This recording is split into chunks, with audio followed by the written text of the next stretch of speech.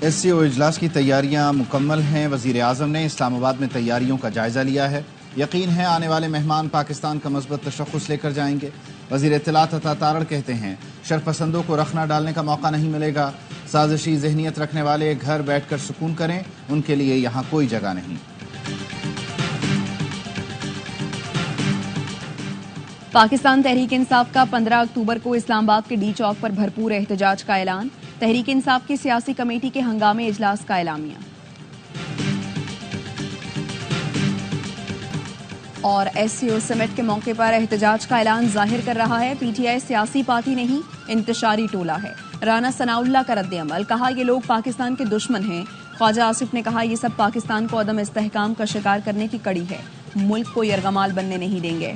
آئینی ترامیم پر پیش رفت ہو گئی، مولانا فضل الرحمان کا انکشاف۔ بلاول بھٹو نے کہا حکومت مطمئن ہے، 2/3 اکثریت موجود ہے، بہتر ہوگا تمام پارٹیوں کے ساتھ مل کر ترمیم کریں۔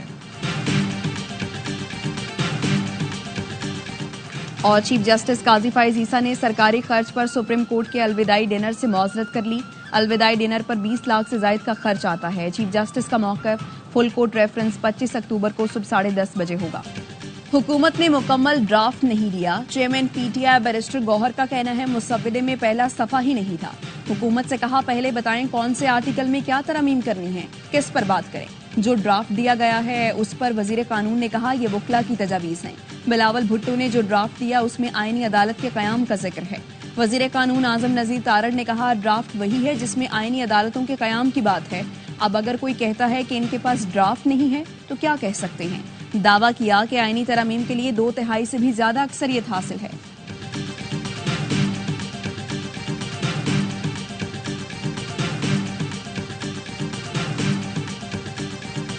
ایک صوبے کی طرف سے لشکر کشی ہو رہی تھی، وفاق پر حملہ کیا جا رہا تھا۔ اسلام آباد پولیس نے بہترین کارکردگی کا ثبوت دیا۔ اگر قومی مفاد کو ٹھیس پہنچتی تو پاکستان کا امیج مجروح ہوتا۔ وزیر اعظم کا پولیس لائنز ہیڈ کوارٹر اسلام آباد میں تقریب سے خطاب۔ شہباز شریف نے کہا فسادیوں نے 2014 میں بھی نجی املاک کو نقصان پہنچایا۔ دھرنوں سے پاکستانی معیشت کو اربوں ڈالر کا نقصان پہنچا۔ اسلام آباد پولیس کی تنخواہوں میں اضافے کا اعلان۔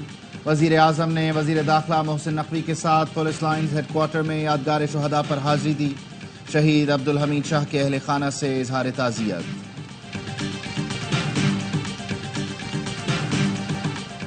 خیبر میں پشتون جرگے میں شرکت کے لیے جا رہا ہوں، گورنر کے پی فیصل کریم کنڈی کا اعلان۔ کہا چاہتے ہیں احتجاج کرنے والے آئین کے تحت پارلیمان کا حصہ بنے۔ وزیر اعلیٰ کی قیادت میں بننے والی کمیٹی جرگے سے بات کر رہی ہے۔ آئین کے مطابق مطالبات نہ ہوئے تو کمیٹی ان کو سمجھائے گی۔ وزیر اعلیٰ خیبر پختونخوا علی امین گنڈاپور کا ضلع خیبر میں امن جرگے کے مقام کا دورہ۔ متعلقہ حکام کی وزیر اعلیٰ کو جرگے کی سیکیورٹی اور دیگر انتظامات پر بریفنگ۔ جرگہ شرکا کے لیے پانی، عارضی واش رومز، میڈیکل کیمپس اور دیگر بنیادی ضروریات کا انتظام کرنے کی ہدایت۔ 5000 کمبل بھی فراہم کیے جائیں گے۔ نوجوانوں نے وزیر اعلیٰ کے ساتھ سیلفیاں بنائیں اور علی امین گنڈاپور زندہ باد کے نعرے لگائے۔ بلوچستان کے ضلع دکی میں رات گئے کوئلے کی کانوں پر حملہ، 20 کانکن جاں بحق، 6 زخمی۔ دہشت گردوں نے راکٹوں اور دستی بموں سے حملہ کیا، پھر کول مائنز میں موجود مشینری کو آگ لگا دی۔ جاں بحق مزدوروں کا تعلق یوب، قلعہ سیف اللہ، پشین، کشلاک اور لورالائی سے تھا۔ واقعے کے خلاف مائن ورکر تنظیموں کا کوئٹہ میں احتجاج، دہشت گردوں کی فوری گرفتاری اور کارکنوں کو تحفظ فراہم کرنے کا مطالبہ۔ وزیر اعظم، وفاقی وزیر داخلہ اور وزیر اعلیٰ بلوچستان کی دہشت گرد حملے کی مذمت۔ وفاقی وزیر جام کمال نے کہا دکی میں بے گناہ محنت کشوں کا خون بہایا گیا۔ بلوچستان کو غیر مستحکم کرنے کے لیے دشمن قوتیں پیسہ لگا رہی ہیں۔ گورنر بلوچستان جعفر مندوخیل کی بھرپور ایکشن لینے کی یقین دہانی۔ صوبائی وزیر ظہور بلیدی نے کہا دہشت گردی کرنے والوں کا کسی مذہب سے تعلق نہیں، یہ لوگ معصوم لوگوں کی جانیں لے کر بیرونی آقاؤں سے پیسے لیتے ہیں۔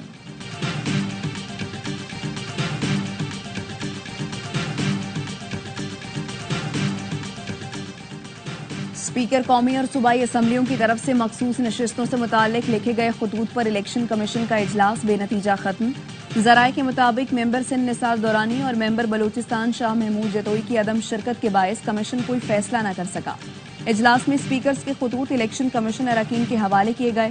الیکشن کمیشن نے قانونی ٹیم سے خطوط پر رائے طلب کر لی۔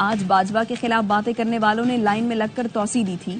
امیر جماعت اسلامی حافظ نعیم الرحمان کا گجرات میں جلسے سے خطاب، کہا اشرافیہ کا مخصوص طبقہ عوام کے ٹیکس پر عیاشیاں کر رہا ہے، عوام بڑی جنگ کے لیے تیار ہو جائیں، ہر وہ شخص جو اس وقت مشکل میں ہے ہم اس کے ساتھ ہیں۔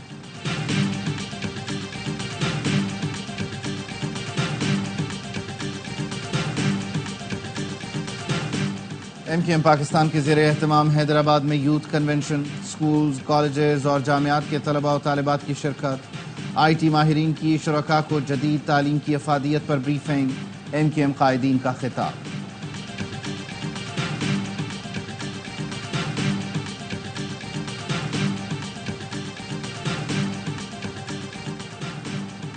این ایف سی ایوارڈ پر آئی ایم ایف نے مجھ سے کوئی بات نہیں کی، 18ویں ترمیم سے متعلق بھی کسی قسم کی بات نہیں کی گئی۔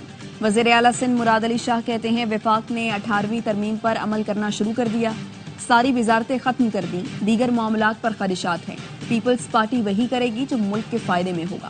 ہم نے کسی ہاؤسنگ اسکیم کو زمین الاٹ نہیں کی، آج پڑھا 5 آئی پی پیز کمپنیوں سے معاہدہ ختم کیا جا رہا ہے، بجلی کی قیمت میں کچھ کمی ضرور ہوگی۔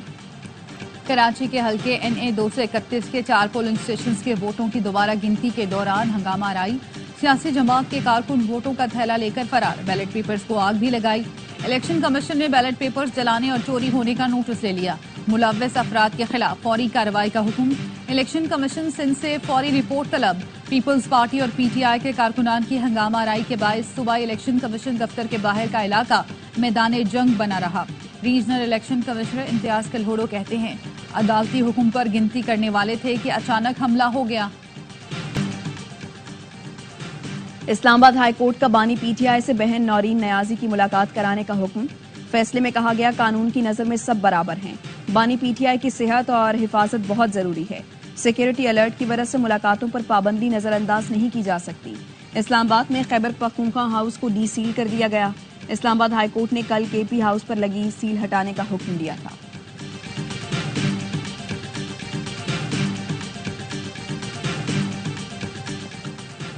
اسلام آباد ایئرپورٹ پر مٹھائی کے ڈبوں سے منشیات برآمد، خاتون گرفتار۔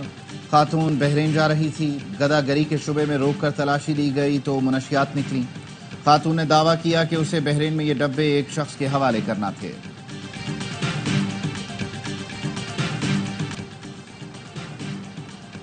داسو ڈیم حملے میں ملوث دہشت گردوں کی ساہیوال جیل سے منتقلی کے دوران حملہ، داسو ڈیم حملے کے ماسٹر مائنڈ اور 2 دہشت گرد فرار کی کوشش میں مارے گئے۔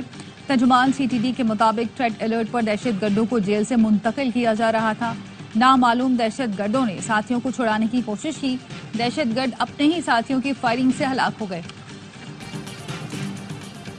سال 2024 میں امن کا نوبل انعام جاپان کی تنظیم کے نام، جاپانی تنظیم نیہون ہیڈا نیکو ہیروشیما ناگاساکی ایٹمی دھماکوں کے متاثرین کے لیے کام کرتی ہے۔ اسرائیلی فورسز کا بیروت میں حملہ، 22 افراد شہید، متعدد زخمی۔ جنوبی لبنان میں اسرائیلی فوجیوں کی فائرنگ سے اقوام متحدہ کے امن مشن کے 3 اہلکار زخمی ہو گئے۔ اقوام متحدہ کا کہنا ہے امن مشن کے اہلکاروں پر حملہ ناقابل قبول ہے۔ اسرائیل نے شام اور لبنان کی سرحد پر ہلال احمر کا فیلڈ اسپتال تباہ کر دیا۔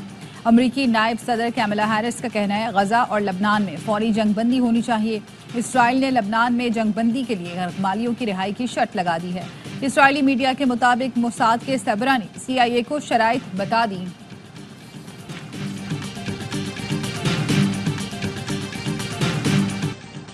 امریکی ریاست فلوریڈا میں سمندری طوفان ملٹن سے تباہی، مختلف حادثات میں ہلاک ہونے والوں کی تعداد 16 تک پہنچ گئی۔ طوفانی بگولوں نے بجلی کے پول اکھاڑ دیے، 32 لاکھ سے زائد افراد بجلی سے محروم۔ امریکی صدر جو بائیڈن کا کہنا ہے فلوریڈا میں ملٹن نے ناقابل تلافی نقصان پہنچایا۔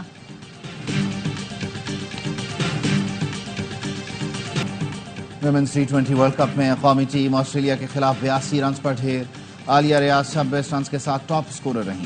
ہدف کے تعاقب میں آسٹریلیا کی بیٹنگ جاری، میچ دیکھیے اے اسپورٹس پر براہ راست۔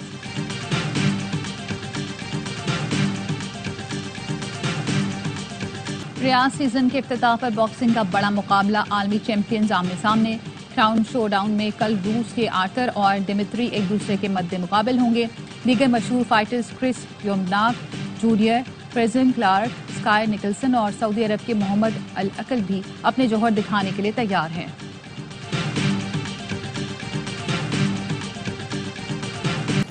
لیجنڈری اداکار عابد کشمیری 74 سال کی عمر میں انتقال کر گئے۔ عابد کشمیری کچھ عرصے سے علیل تھے۔ انہوں نے سینکڑوں ٹی وی ڈراموں، سٹیج اور فلموں میں کام کیا۔ عابد کشمیری نے بے ساختہ مزاحیہ اداکاری کے باعث شائقین کے دلوں پر راج کیا۔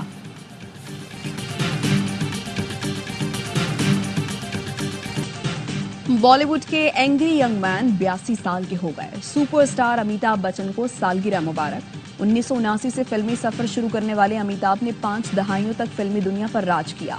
فلم زنجیر سے انڈسٹری میں اپنی شناخت بنائی اور شعلے کی کامیابی نے امیتابھ کو سپر اسٹار بنایا۔ ان کا سحر آج بھی برقرار ہے۔ انہوں نے کئی فلموں میں گانے بھی گائے۔ اور آرٹس کونسل کراچی میں ورلڈ کلچر فیسٹیول جاری۔ آج شام کلاسیکل ڈانس ایونٹ کے نام ہوگی۔ گزشتہ روز ڈرامہ تعلیم باغہ میں فنکاروں کی غیر معمولی پرفارمنس کو شائقین نے خوب سراہا۔ غیر ملکی فنکار پاکستانی کھانوں اور لوگوں کے مداح۔